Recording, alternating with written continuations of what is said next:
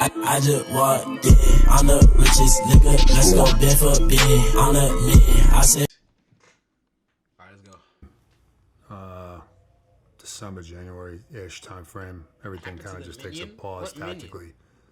Because no one can really move around. Oh, yeah. Oh, my God. I forgot we gotta watch some animes. Yeah, we watching some animes, my nigga. I haven't gotten any of the videos from the past 12 hours. From the last 12 hours. And then things picked back up again. Maybe late February. You know, so this is the same. Bro, these special ops niggas. No, these niggas in the military really are like some heroes, bruh. These niggas really are some heroes, no bullshit. Because I'm not going out into war. I'm not going across the overseas to just go out and kill niggas. And they come back with traumatic stories. Nigga, I almost lost a leg. I stood on a landmine for 37 hours. What? Deployment. We came in September. This nigga lost a leg? Damn, bro. You wouldn't last a day? Hell no. Bro, he did all this for America, though, bro. Fuck, fam. Y'all can't see.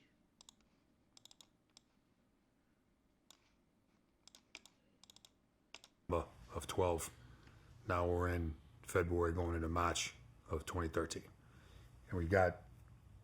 Did you say March? We're getting ripped out. I think it's end of March time frame-ish. What's March? So, March 13th. I'm sorry, March 11th. March? 2013. And we were getting ready to go on a larger operation. Who's Sean Ryan? Joint mission. Did something happen to his tongue, or like did he have like a speech impediment from war or something? Southern accent. Nigga, I'm from the South. We don't say March. We say March.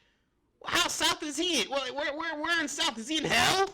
Afghan National Army guys. We had Afghan National Police guys. We had Afghan local police guys, all coming on this thing. And at this point, we had developed our camp. You know, we built it up again to the level that we could, that was appropriate. So what special forces is he in? Like what branch? We essentially had two tiers built within it. We had an external wire that was some busted up HESCO and some chain link fencing. You know, nothing extravagant. Okay. But we had a perimeter. So they send them on their own. And within that initial perimeter, we had our motor pool area, which is where we park our vehicles. You know, storage, fuel, whatever. And then there was a separate set of force protection. What? Between that and then where we actually lived and where our operations center was and those kinds of things. And we had developed an SOP, a standard operating procedure, where when we would do these larger missions with these other elements, they would show up and they would stay outside of our compound completely. Really? The leadership that was too far. That was necessary would come into our motor pool too far? So that we could brief them on what it is we were going to go do. They didn't know until that point. Did you not understand the context of the joke? Force Pro and operational security measures was to tell them basically at the last minute to try to minimize the chance of them making that public. Your words. You know what I mean? So the elements would stay outside, the trucks would stay outside. So it's just like... And then leadership would come in. Our leadership would brief them on what we were doing. Then we would go through our final brief, our final comms checks, and then we'd roll. Binky, you got guns. We developed that system months before, and it worked. It was, it was effective. Well, on this particular day, the leadership rolls in, as well as a Ford Ranger pickup truck. So let me talk to you, Playfetch. You're probably one of those motherfuckers that go that see every military motherfucker. Thank you for your service, man.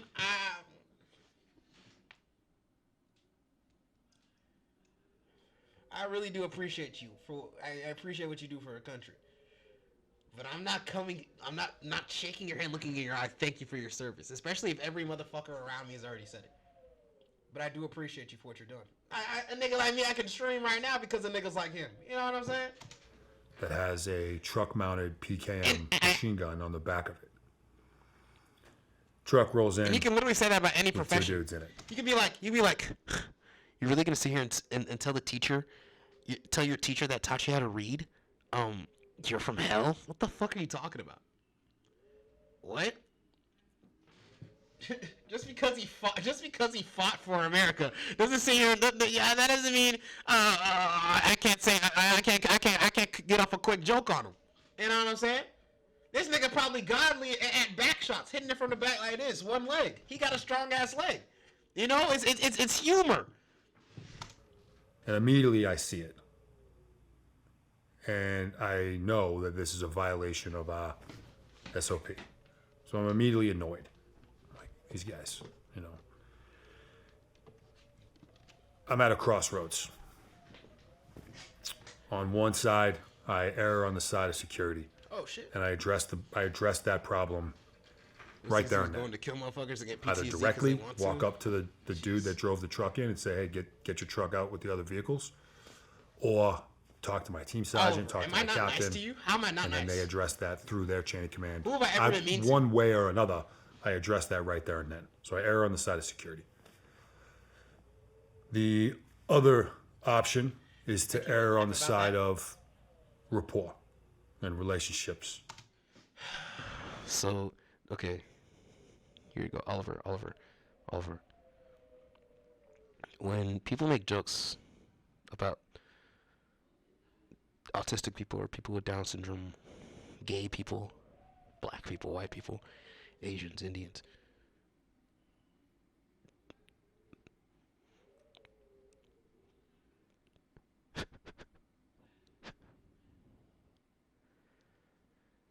when they hear those jokes, for the most part, sometimes, yeah, they'll be like, oh, okay, that was kind of OD. But when they hear some shit, they're like, oh, there's sunshine. I can make laughter out of a traumatic experience that I've experienced and had in life. You know? I'm in the fucking army. I lost my fucking leg. My shit blew the fuck off. You know? But the fact that I can sit here and laugh about it, like, there's another thing, like, oh shit, yeah, I lost a leg, but damn, that's cool. Like, yeah, I can laugh about it. You know? That's what people do. What would people do without entertainment? You know what I mean? You feel me, Playfect? You feel me, Ollie? That's my job. That's what I'm here to do. Make people feel better about their situation. Like you. Your friends call you a fat fucker. And you play tennis. But I love you, Ollie. I'm here to entertain you. Make you feel welcome, accepted. You're my guy. I don't care if they call you a fat fucker and you play tennis. You have cool Lego sets. I saw your Baby Yoda. I fuck with your Baby Yoda Lego set. That's godly. I love that shit. And let it ride. I'll bring this up with my leadership after we're done with this thing. Bumbleclad chicken. They'll address it with their leadership. It'll get corrected. Is that your I intro end up now? going that route. You know, in hindsight, which we can talk about, it seems like it was an obvious mistake that was made, and the results of what ended up happening would be indicative of that being true. That said, you know, when you operate by, with, and through Indigenous personnel, there's a constant balance between security and efficiency, or security and trust, or security in that relationship. We require rapport and a successful, amicable working relationship with a partner force in order to be successful. We like SF Irish? guys Or like rarely, English? if ever, do anything by ourselves. It's always along with another group of people. So the development of that relationship and the maintenance of that relationship is critical to our mission success. It's something that's important, you know, for the layperson or civilian out there that doesn't quite grasp that. We're only successful if we can foster and maintain relationships with other human beings. Real. So that makes those decisions Life. just that much more That's difficult literally life. to make. Yeah. And, you know, you're also conditioned to erring on the side of rapport and relationship maintenance. See, but that's the thing. That's the thing. Like with war and shit, bro, it's so insane because it's like, in everyone's side, from everyone's point of view, like even like the civilians, I'm like, for like, okay, so like, say we're beefing Russia. Let's say we're about to fight Russia, right? We're about to go to war with Russia. To them, they think they're right. They think their leaders making the right decisions for the most part. I'm not gonna sit here and say everyone just agrees with Putin or whatever, but like it's just I feel like a quick convo, a nice little conversation could fix everything, you know? Niggas just be so ready to send other pawns in their warring and shit. Niggas really be playing chess with these niggas. But damn, somebody's gotta fight these wars, you know what I mean? And nothing bad happens. Stop it, You know, you you're have too successful. much emotion. Like, that was the right decision to make What do you mean? in that moment, I'm confused. only because there was no negative effect that happened because of it. So I decide begrudgingly, even in that moment, I'm like, "Ugh, you know, these guys, all right, fine, I'll deal with this later. You know, I'll get this taken care of. Let's just get through today, get through this mission, and then we'll address that." So we're in essentially this massive circle. Once the Partner Force leadership is briefed on what we're doing, we're in this massive circle going through our final pre-mission brief as a unit and our final comms checks, which our SOP was we get into a circle and someone would initiate, you know, they're up on comms. Everyone gives like the thumbs up, you know, I can hear you.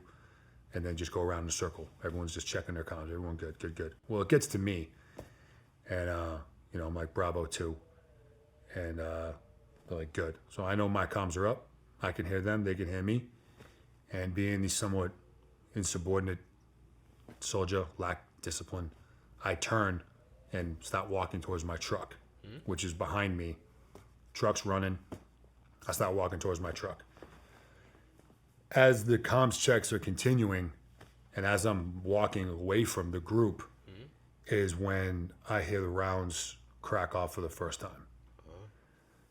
So one of the individuals that was inside that Ford Ranger, who was an Afghan National Police officer, someone that we had actually been training with and working with for the duration of our deployment, Did he backdoor? jumped up on the back of the truck and engaged into the group with that PKM from, 15 feet away. An extremely vulnerable position that we're in. We're lumped together. It's just an ideal time frame to initiate an attack like that. Get a squad With that wipe. kind of weapon system at that close proximity. The likelihood of success is really, really high. Jesus Christ! You're just finna see one nigga's name on the kill board on the kill, like, oh my god, on the kill feed. You're about to see that nigga's name crazy. Rounds are clacking off behind me, and my first thought was that one of our Partner Force guys just ND'd their rifle, like just finger slipped on the trigger, clacked off a round. It wouldn't be uncommon for that to happen. But after the second round, third round, fourth round, right, I'm registering that it's continuous fire. It's coming from a belt fed. This isn't a negligent discharge. This is someone's intentionally shooting at something. I don't know what it is. Someone's shooting on purpose. He's team killing. And I snap my head around, and I see what's happening. Right, gunner, 15 or so feet away from the group, ripping into the crowd. Guys are dropping. Guys are scrambling. Chaos. So my training tells me to move to cover and eliminate the threat. Essentially just a react to near ambush type scenario, which we'd rehearsed, I don't know, hundreds of times. A key point is when I'd initially come out to get the trucks turned on, my go bag, my primary weapon system, and I positioned those inside the vehicle. And then I left them there, and I went to do our final comms checks. So the only weapon system I had on me was my pistol. It's an important note. Oh shit! Move to cover, eliminate the threat. This nigga John Wick. Is what I'm trained to do. Well, what prevented that from happening is I was able to see in front of me, 6-7 feet, one of our infantry uplift soldiers who was scheduled to come out on that mission with us that day. He was one of our drivers. Young kid, first deployment, fresh out of basic. Shit. And Is that you, he's Binky? frozen. Oh shit. And then he's 15 feet in front of a guy who's shooting a machine gun in his general direction. And he's like a deer in the headlights. And Shit. seeing that, is what prompted me to move towards him rather than move to a piece of cover, which I had right next to me. So I take a couple real aggressive steps in his direction, and I put myself in between him and the shooter, so I'm facing this kid, and my back is now to the shooter. And I came at this kid with such velocity that when I hit him, I hit him, I made contact with him, and then I was hit in the back of my leg for the first time, and I end up just falling straight down on top of him. Oh, shit. So I'm laying on top of this kid on the ground. We're chest to chest. I know I've been hit. A PKM from 15 feet feels like a sledgehammer smashing into your body. Not so much a penetration type feel, but just impact. And I've been shot, before. I've been blown up before. I was familiar with it. I'm like, okay, I know I was hit. I'm not sure the severity, but I'm hit. And then I feel a couple more impacts. Boom, boom, boom, boom. Shit. That's all. So now I know I've been hit multiple times. I'm like, this is okay.